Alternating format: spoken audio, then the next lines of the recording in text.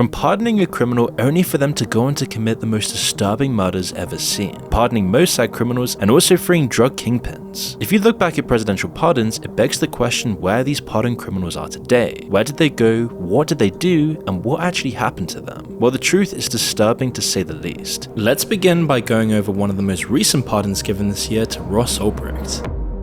Ross Ulbricht was a man from a loving family in Texas, who while a UT became infatuated with libertarian ideals. He fell headfirst into their beliefs in all aspects, so much so that after university he wanted to create, quote, an economic simulation to give people a first-hand experience of what it would be like to live in a world without the systemic use of force. And so in 2011, he would create the Silk Road, a site on the Tor browser that was anonymous and allowed people to buy and sell products without fear of being caught. It became the black market equivalent of eBay, first beginning with a few mushrooms that eventually scaled up into almost everything illegal, marking it in history as the first ever dark web site. And interestingly, despite all of the illegal nature on the site, it somehow developed a code of conduct. Their sales might have been completely illegal, but there was still a review system just like eBay and Amazon. They also had a hard list of no's for all the products sold on the site, though there was definitely some shady things happening behind the scenes. But with this perfect setup, with the bare minimum of rules and a professional review-based system, the market was completely unstoppable, and this was all facilitated through the use of Bitcoin, which allowed users to get around limitations set by the government. Bitcoin was the key to all of this operating. Having only been developed just a few years prior, almost nobody in the general public had heard of it. It was a completely niche thing that almost no one was taking seriously, more of a gimmick than any store of value. But as the blue paper of Bitcoin was deeply integrated with the libertarian ideals of getting away from government control and being able to truly own your money, it eventually caught the eye of Ross, who saw Bitcoin as the perfect currency for those wanting to escape the eyes of governments and major banks and truly take back power to themselves. And as such, Bitcoin was key to the Silk Road operating so successfully without ever being taken down by governments or Interpol. Or rather, it seemed that way up until 2013. During a drug investigation, law enforcement found their way onto Silk Road. They were noticing packages were being shipped all around the US in a new completely revolutionary way to sell drugs. And once they stumbled on the site, they saw this was a jackpot of illegal activity that nobody had ever seen before, and all the evidence to shut it down was basically at their fingertips. All it would take to completely destroy the site would just be to find the site's founder. So federal agents began digging through forums, and after a few months they would go into the Shroomery and find the first post ever mentioning the Silk Road, where a random anonymous user known as the Dread Pirate Roberts was talking about mushrooms being sold on the site, and stupidly, his real email was attached to his Shroomery account. So it didn't take long for them to determine that the user was the site's founder, and after checking through his email, they finally had his name. One of the strange things right now with the recent TikTok ban is that you can go to any data broker's website and buy anyone's data just for a few bucks, and it's completely legal. These giant big companies with poor security are getting hacked every day, and your personal information is being sold on the dark web so spammers, scammers, and identity thieves can target you, and they face zero repercussions from it. And the problem isn't with banning TikTok, but it's that if they can do this, why don't they protect you from these similar practices? As it's on us to protect ourselves, which is why I use Aura today's sponsor. Aura keeps you safe online by doing all of the hard work for you. They'll identify data brokers who are selling your information and submit opt-out requests on your behalf. Give Aura a few weeks and you'll stop seeing your information on these sites when you search yourself, which leads to less spam. Aura will also continuously monitor the dark web and alert you if they find your personal information is exposed. They're going to let me know fast if anyone tries to use this information to access my credit or bank accounts. Plus, they'll also give you up to $5 million in identity theft insurance should the worst case scenario happen. And if you use my link aura.com/moon, you'll get 14 days for free. That will be enough time for Aura to find out if any of your personal data is exposed. And so on October 1st of that year, FBI agents would go to the Glen Park branch of the San Francisco Public Library, and there they would find Ulbricht working on his laptop. In one window he was downloading an interview with the creator behind Breaking Bad, and in another window he was operating the Silk Road. But the agents couldn't risk Ulbricht closing his laptop. They had to do a sneak attack on him. As if they made it obvious they were approaching, him just closing his laptop might encrypt or delete the entire files he used to run the site. They couldn't take any chances, so rather than just approach him directly, two agents would stage a distraction. Apparently this was just enough to draw Ulbricht's attention away from his device, and with his eyes focused elsewhere, an agent grabbed his open laptop, and at the same time several others moved in to arrest him. Fast forward a couple of years and he was charged and convicted on several counts, including narcotics conspiracy, kingpin charges, and conspiracy to commit money laundering. Federal prosecutors even tried to claim that he ordered the death of 5 different people. as their evidence lay in a conversation between Dredd and a user named Knob, aka Carl Force, a secret undercover DEA agent. And in this exchange, Dredd ordered the death of Curtis Green, one of the site's admins. But as it later came out, Ulbricht wasn't actually the only one operating under the username Dredd Pirate Roberts. In an interview, Curtis Green revealed that several people, including Force, had access to the Dredd account. This could mean that Force staged the entire thing. Carl Force and myself, as far as I know, were the only ones that have the login. Why are you supportive of a guy that tried to kill you? And I immediately snapped back and I said, how do you know that he tried to have me killed? You're just going by what the government tells you. And the fact that this undercover agent was arrested for embezzling Bitcoin during his investigation shortly after Ulbricht was convicted really says a lot. And so while the murder to hire accusations didn't hold, especially after Green said there was no way he could have done it, they still impacted his sentence. The judge gave him 2 life sentences and 40 years. Furthermore, Ulbricht had to pay $183 million based on the sales of illegal drugs and fake IDs on Silk Road. And many saw this, especially in the libertarian and crypto communities, as excessive sentencing. Almost as soon as he was convicted, libertarian supporters in the crypto community called for his release. He was a hero of libertarian and crypto philosophy, which made him a key part of these communities' underlying philosophy, as the Silk Road proved that Bitcoin itself could be used as a mode of legitimate payment. Silk Road was the first time that proof of concept had actually been proven, albeit for illegal purposes. But with this backing, it meant that Ulbricht wouldn't go down easily. So in 2016, he tried to get his conviction appealed, citing the DEA's misconduct during the investigation, but unfortunately his appeal was quickly dismissed. After then trying and failing to appeal his conviction, Ulbricht resigned himself to spending the rest of his life in prison. In an interview with Bitcoin magazine, he spoke about what he was dealing with. He just sounded completely hopeless, referring to his time behind bars as hell. He was absolutely convinced that the only way he would ever leave prison would be in a body bag. Sometime later this century, I'll grow old and die. I'll finally leave prison, but I'll be in a body bag. Horrifically, despite being allowed to give the interview, he was then put in solitary confinement. This interview and the entire situation made people even more desperate for his release, especially his own mother, who campaigned relentlessly for almost a decade. All seemed lost. The entire situation was hopeless, and while a few fringe people like Ron Paul and RFK came out in support of Ross Ulbricht, it seemed like he'd never be a free man again. The libertarian and crypto community just weren't powerful enough. At least that's what people thought. But then, a decade after his sentencing, something unexpected happened. While talking at the Libertarian National Convention, Donald Trump made a promise. In an attempt to appeal to the crypto and libertarian communities, and take away votes from RFK at the time, he claimed that on his first day as president, he would grant Ulbricht a full pardon, and the room would go absolutely nuts, turning an initially booing crowd into supporters in minutes, because they had finally been given hope that the person they'd been fighting for over a decade would finally be free. But people could hardly believe it, taking this promise with a pinch of salt. But then, just within a few days of coming into office, Trump made good on his promise, and Ulbricht was a free man just a few hours after the pardon was issued, with his release photo going absolutely viral on X. For many, they saw this as a major injustice that had been rectified. However, at the same time, many would question why a kingpin drug dealer had been released by Trump of all people, someone who's been campaigning against cartels and fentanyl, now suddenly releasing a major drug dealer. And this is when questions started to arise, as following his release, a crypto exchange known as Kraken donated $111,000 worth of Bitcoin to Ulbricht. And Kraken isn't the only one. Many in the crypto community have donated funds to Ulbricht to show their support. In just a few days, the community raised a few $100,000 worth of Bitcoin just for him. It was a very sweet gesture and a testament to how much the crypto community values prominent figures, especially seeing him as the first person to legitimize Bitcoin. However, a few people suspected that when Ulbricht got back in the game, he might have more funds available, and in fact actually may be extraordinarily rich. As when Ulbricht was arrested, the government seized a large chunk of Bitcoin. In fact, this chunk of Bitcoin would now be worth around $18 billion today. And some believe that Ulbricht still had some Bitcoin from his time with Silk Road saved in various wallets. And even if it's only a minor percentage of all the funds taken, this would make Ross a very, very wealthy man.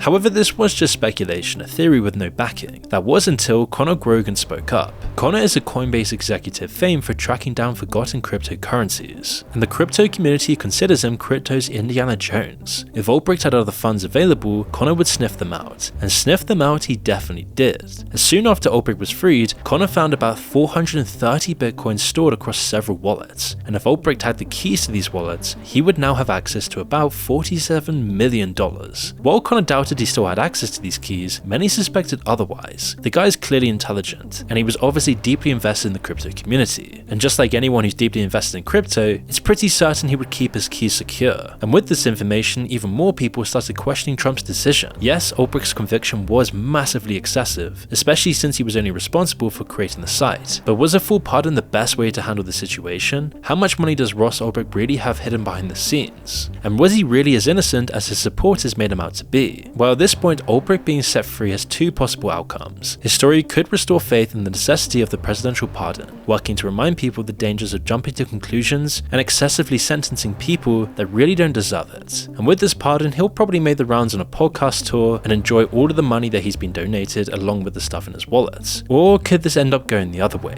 Could he use his money for the wrong reasons? And will it be another point on the far too long list of reasons why the pardon should be limited? But for now, all we can do is wait and see what happens next for Ross Ulbricht. However, last-minute pardons are never really that great, as they often leave the public with more questions than answers, and in the worst cases, a tarnished reputation, something former President Bill Clinton learned the hard way, all due to a man called Marc Rich. Marc Rich was a man who managed to escape past judgment by the skin of his teeth. He was born to Jewish parents in Antwerp, Belgium, who fled to America in 1941. As a young man, Rich started working for Philip Brothers, now known as Fibro LLC, an international trading firm specializing in physical commodities, and it was here where his problems would begin. You see, Rich, as his name suggests, was very interested in money. How he attained and maintained that money didn't matter much. As such, he had no qualms about developing relationships and trading with embargoed nations. In fact, he made quite a bit of money doing business with the apartheid regime of South Africa. He once said, "I deliver a service, people want to sell oil to me, and other people want to buy oil from me. I'm a businessman, not a politician." The man eventually got involved with anyone willing to do business with him. This included various mafias, Israel's intelligence agency Mossad, and even Iran. At one stage, Iran was his most important supplier of crude oil, and this was despite Iranian revolutionaries taking American citizens hostage. All things considered, Rich couldn't have been too surprised when he caught wind of an indictment against him. While it did follow his violations of US trade sanctions, the indictment went further than that. He and his business partner were charged with 65 criminal counts. Rich could have been sentenced to 300 years in prison if convicted on all counts. At the time, it was the biggest tax evasion case the US had ever seen. Determined not to spend the rest of his life behind bars, Rich insisted that he wasn't guilty and then fled to Switzerland to avoid answering the charges. Exactly the kind of behavior you'd expect from an innocent person. Brilliantly executed, but while he might have avoided the law, his companies were not so lucky. They would plead guilty to 35 counts of tax evasion and paid $90 million in fines. With dozens of charges still to answer for, Rich earned a spot on the FBI's 10 most wanted fugitives list for a few years. The man was so terrified of being arrested that he wouldn't even show up to his own daughter's funeral. But understandably, Rich eventually got tired of being a fugitive. It wasn't just the US he was evading capture in. Britain, Germany, Finland, and Jamaica were all keeping an eye out for him. If he wanted any shot at the freedom he'd once had, he needed to do something drastic, something that would guarantee he wouldn't be arrested. He needed a presidential pardon. An absolute moonshot, but he believed this would be possible. On January 20th, 2001, just hours before Clinton was to step out of office, he suddenly announced out of nowhere that he was pardoning Marc Rich. Nobody could understand why. Why would he even do this? The outrage and speculation that followed were insurmountable. Many of the former president's strongest supporters distanced themselves from him because of this, declaring this decision as absolutely disgraceful. Clinton himself later revealed that he regretted his decision and that it wasn't worth the damage to his reputation. So then that begs the question, why would he ever pardon Marc Rich in the first place? How did that even come about? Did he owe him a favor? Had Rich bought the pardon as so many people suspected? Or was the once beloved President Clinton involved in dodgy dealings behind closed doors? Well, as it turns out, the decision might be due to Rich's allies in Israel, specifically Mossad. You see, several high-ranking agents worked together to coordinate Rich's pardon efforts. However, Avner Azoulay was the biggest contributor. He convinced Rich's ex-wife to ask former President Clinton to review his pardon. It It also helped that she donated about $1 million to his party in the years he'd been president. Clinton later revealed to the New York Times and CNBC that Israeli officials and important figures in the Jewish community had also had a major influence on this decision. Despite the pardon and all done to attain it, Rich never returned to the US. Instead, he would continually spend the last of his days in the privacy of his own home in Switzerland, free of guilt. And the implications of this pardon are incredibly dangerous. It proved that with the right amount of pressure and money, anyone could receive a presidential pardon, no matter how heinous their crimes. There's absolutely no excuse for pardoning Marc Rich. There's nothing redeemable about him. However, the only things in his favour were that his crimes weren't violent. But what happens when a politician pardons someone who is? What happens when poor judgment leads to a violent man being set free? Well, you'll encounter a case like Maurice Clemmons.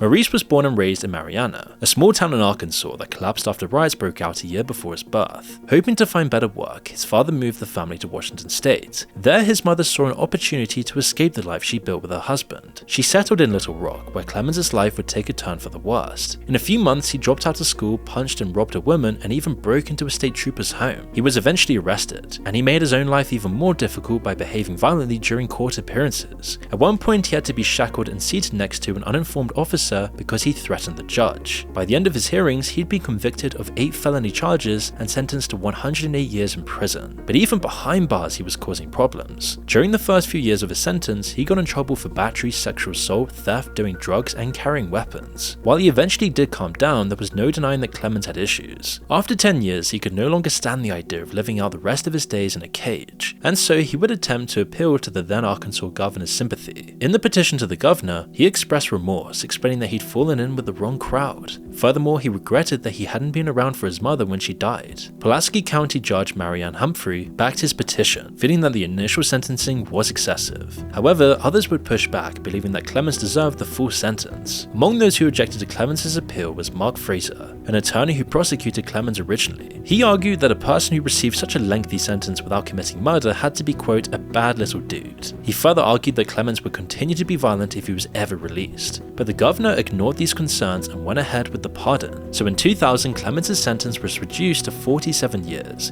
and he became eligible for parole. That same year, he was unanimously approved for release on parole, and Clemens was officially free.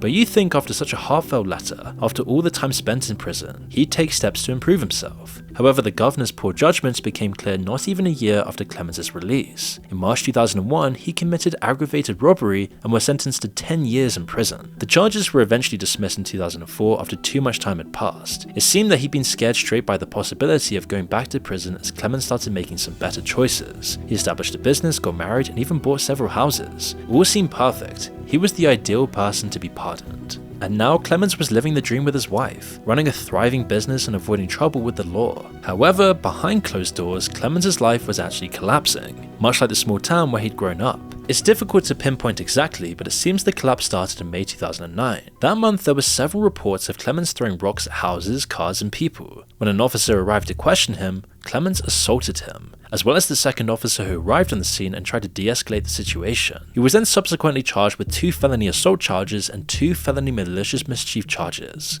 A little while later, officers were called to his home again, this time for something much more disturbing than throwing rocks at his neighbors. His wife accused him of raping her 12-year-old daughter. 2 months later, Clemens was arrested and charged with second-degree child rape.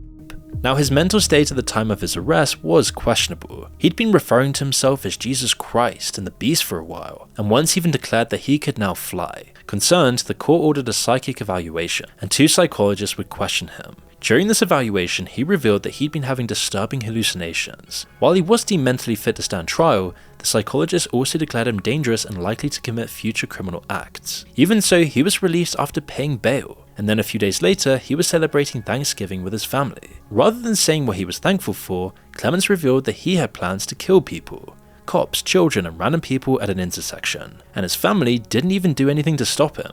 Maybe too used to his deranged behavior at that point, but unfortunately their lack of action would be a terrible mistake. Clemens walked into a coffee shop near Lakewood.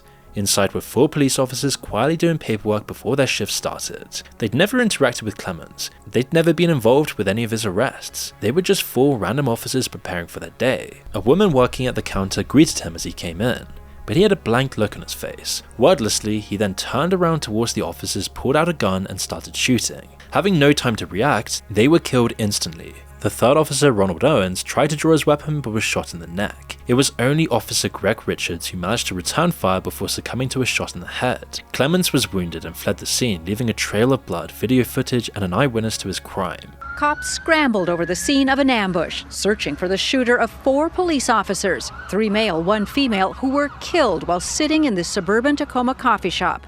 There was no robbery and no one else in the restaurant was harmed. Detectives are interviewing witnesses in the coffee shop, trying to get information. Police believe the gunman, described as a black male in his 20s or 30s, had an accomplice, a getaway driver, and authorities say this is a deliberate, targeted killing of police officers. After a 2-day manhunt, Clemons was then spotted in Seattle. Benjamin L. Kelly, an officer on patrol, noticed a stolen vehicle and was reporting it when he spotted someone approaching him from behind. Clemons fled as soon as Kelly tried to confront him. He went to draw his weapon, but Kelly was faster and shot at him several times. When backup arrived, Clemons was announced dead at the scene. On the manhunt for the suspect who allegedly killed 4 police officers in Seattle, police just now confirming he has been shot and killed. Well, Pierce County Sheriff's detectives say case closed. Suspect Maurice Clemmons is dead, and several people who police say helped him escape are being charged tonight.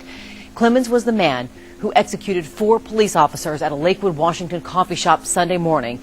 He was found in South Seattle last night by an officer investigating a stolen car.